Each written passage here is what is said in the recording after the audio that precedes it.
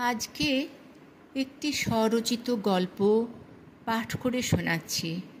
ভালো লাগলে সাবস্ক্রাইব করবেন, লাইক দেবেন ও শেয়ার করবেন। গল্পের নাম আবরণ। বিভাস ছেলেকে পড়াচ্ছে না বলে বোঝাচ্ছে বলা ভালো। একটি বেশ জটিল অঙ্ক। ছেলে রাকেশের কাছে সেটি বোধগম্য হয়ে উঠছে না। অবশ্য চেষ্টার ত্রুটি সে রাখেনি, কিন্তু পারছে না। বিভাস করে দেওয়া সত্ত্বেও না। বিভাস ভাবছে কোন রাস্তায় গেলে অঙ্কটা ছেলের কাছে পরিষ্কার হয়ে উঠবে, কিন্তু নিজের কাছেই জট পাকিয়ে যাচ্ছে বারবার। না, অঙ্কটার জন্য নয়, একটা গানের সুর। সেই সুরের তরঙ্গ জানলা টপকে ঘরের মধ্যে এসে আছড়ে পড়ছে। যারে উড়ে যারে পাখি। বিভাসের খুব ফেভারিট গান, কিন্তু এখন ভালো লাগছে না। মাথার মধ্যে গিয়ে ধাক্কা মারছে। আস্তে আস্তে অঙ্কটা দূরে সরে যাচ্ছে, আর গানটা স্থায়ী জায়গা নিচ্ছে বিভাসের মস্তিষ্কে। কিন্তু আরাম করে নয়, নার্ভগুলোর দপদপানি দ্রুত বাড়িয়ে দিয়ে। বিভাস পায়চারি করছিল অধৈর্য হয়ে। হাঁটার বেগ বাড়ছে আরও বাড়ছে। উফ! বিভাস টেবিলে জোর একটা ঘুষি মেরে ধপ করে বসে পড়ল চেয়ারে। অদূরে বসে পেপার পড়ছিল বিভাসের স্ত্রী হেনা। ছেলে তো টেবিলের পাশের চেয়ারেই। দুজনেই চমকে উঠেছে। হেনার চোখে বিস্ময়। কি হলো? রোজ সময় নেই অসময় নেই ক্যাসেট চালিয়ে বসে আছে।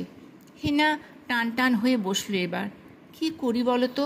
ভদ্রমহিলাকে বহুবার বলেছি, উনি কানে তোলেন না। তুলবে কেন? বাড়িতে পড়া ছেলে মেয়ে যদি একটা থাকতো তো বুঝতো কত ক্ষতি হয়। বিভাস রাগে ফোঁস করতে থাকে। রেডিও টিভিতে শব্দদূষণ নিয়ে বলছে দিনরাত। ভদ্রমহিলা শোনেন না নাকি কিছু? বিভাসের গলায় আক্ষেপ। শুধু ভদ্রমহিলাই বা বলছো কেন? ভদ্রলোকই বা কেমন? নিজে তো প্রফেসর, আয়েশ করে গান শুনছেন। পাশের বাড়ির কারো যে ক্ষতি হতে পারে সে বোধটুকু পর্যন্ত নেই। যা রে সুরের রেশ মিহি হয়ে ছড়িয়ে পড়ছে ঘরে। বিভাস দুম করে উঠে পড়ে। গুম গুম আওয়াজ তুলে নামতে থাকে সিঁড়ি দিয়ে। হেনাও পিছন পিছন নামে।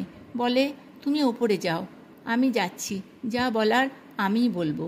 পাশাপাশি থাকতে গেলে অত চটাচটি করলে চলে না, বুঝেছ? তাই বলে পড়ার সময়ে উনি গান বাজাবেন বলা সত্ত্বেও? আর ওভাবে বললে হবে না। অনেক তো বলেছ, এবার আমায় বলতে দাও। বিভাস ঝনাত করে গেট খুলে বেরিয়ে যায় বাইরে। হেনা আড়ষ্ট হয়ে দাঁড়িয়ে থাকে। বিভাস এমনিতে রাগে না, কিন্তু রাগলে চণ্ডাল। কি জানি রাগের মাথায় কি বলতে কি বলে বসবে। তাতে আবার তারা একেবারেই নতুন।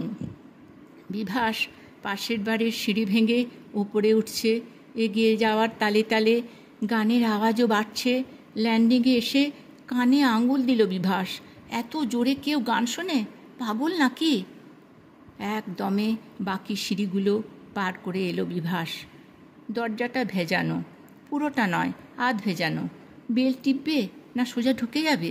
বোতামে আঙুল ছোঁয়াতে গিয়ে থমকে গেল বিভাস। গানের সুর ছাপিয়ে কিসের একটা চেঁচামেচি যেন কানে এসে ঠেকল বিভাসের। দরজার ফাঁকে চোখ রাখতে যে বিভৎসতা চোখে পড়ল, শক্ত হয়ে গেল শরীর। ভদ্রমহিলার স্বামী চিৎকার করছেন, কথা জড়ানো, শরীর বেসামাল। কি যেন চাইছেন ভদ্রমহিলাকে। কি চাইছেন? নেশার রসদ? হ্যাঁ, তাই। ভদ্রমহিলার হাতে একটি হুইস্কির বোতল। ভদ্রমহিলা দেবেন না, সাফ কথা জানিয়ে দিলেন। ভদ্রমহিলার স্বামী এবার খপ করে চুলের মুঠি ধরে ভদ্রমহিলাকে এলোপাথারি মারতে লাগলেন। বিভাস কাঠের পুতুলের মতো দাঁড়িয়েছিল এতক্ষণ, এবার সচল হলো। ঝটিতি দরজা ঠেলে ভিতরে ঢুকে এক ঝটকায় ভদ্রলোককে সরিয়ে দিল। আপনি? ভদ্রমহিলা অবাক চোখে তাকালেন বিভাসের দিকে।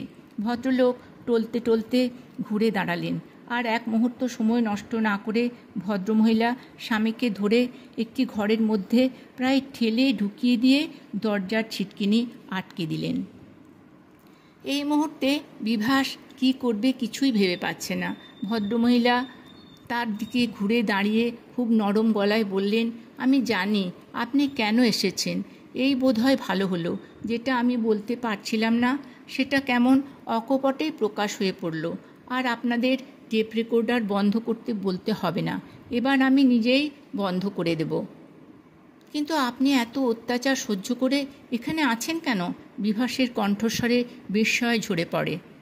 আছি, তার কারণ আসল মানুষটার দুঃখ কিন্তু আমার থেকে আরও বেশি।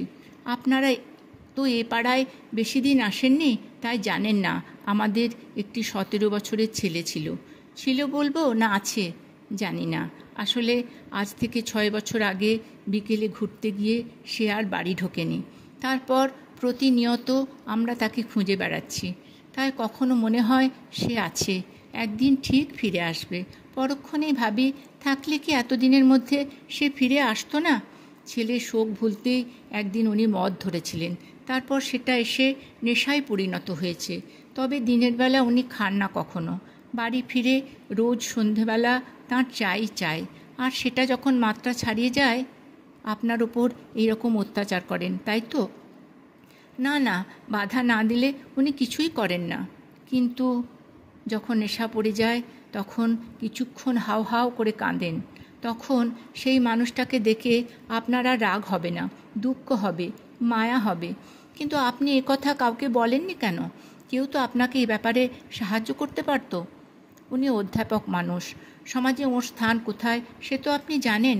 আর সেই সম্মানটুকু ক্ষুণ্ণ হয়ে যাক আমি চাইনি। তাই টেপ রেকর্ডারের আওয়াজ দিয়ে তাকে ঢাকতে চেয়েছিলাম।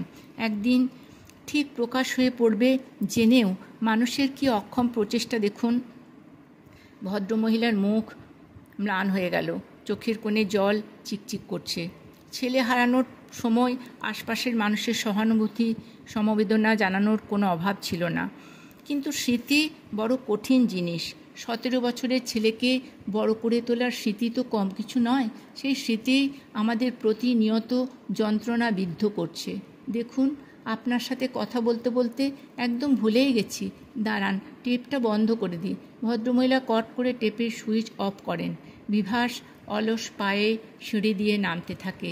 প্রাণ জুড়ানো গানের সুরে রেশ তখনও তার সমস্ত অনুভূতিতে জড়িয়ে আছে। ফুরালো প্রাণেরও মেলা, শেষ হয়ে এলো বেলা, যারে উড়ে যারে পাখি।